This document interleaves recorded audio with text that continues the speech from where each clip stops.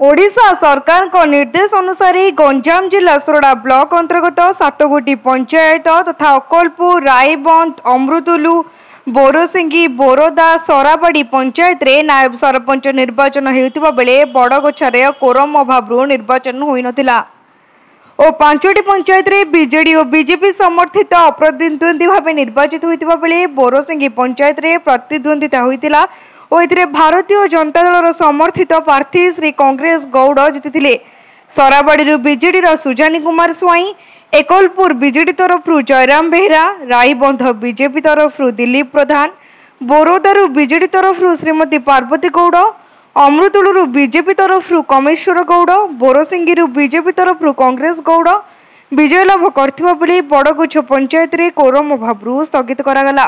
रायबंध पंचायत विजयी प्रार्थी जितवा समय बहुत आनंद अनुभव करी किछि मत रखिथिले और यार सठिक फलाफल जानिबा पई सोरडा ब्लॉक उन्नयन अधिकारी श्री तन्मय पात्रଙ୍କ ठारू सूचना हस्तगत होइतिला।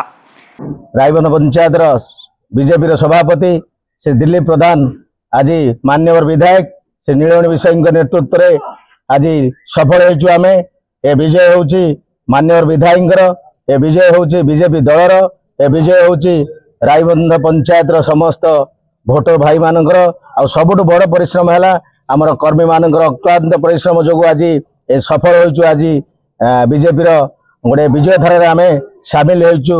रायबंध पंचायत वर्तमान उन्नतिमूलक कार्य आज ठारू आरंभ है।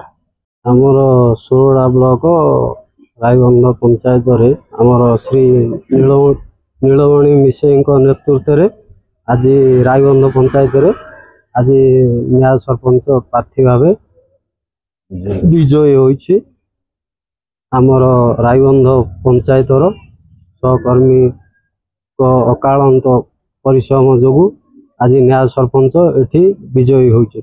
पंचायत रे नायब सरपंच पई आज जो निर्वाचन हवार अनुष्ठित हवार थिला से सब होइछि यथाविधि। सेथिरु गोटे पंचायत बड़गछा पंचायत रे कोरम अभाव को स्थगित रखा जाइछि। बाकी 6टी पंचायत रे होइथिला।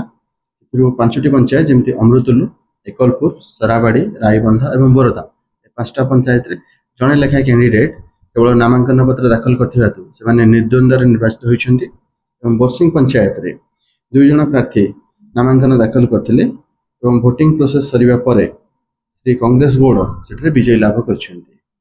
ए हिसाब रे अमृतुलु रे श्री कमेश्वर गौड़ एकलपुर श्री जयराम बेहरा सराबाड़ी श्रीमती सुजानी स्वाई रायबंध श्री दिलीप प्रधान बोरोदा श्रीमती पार्वती गौड़ को नायब सरपंच हिसाब से निर्वाचित होइछु। गंजाम सोरडारू नारायण डाकुआंग रिपोर्ट तीर्थक्षेत्र लाइव।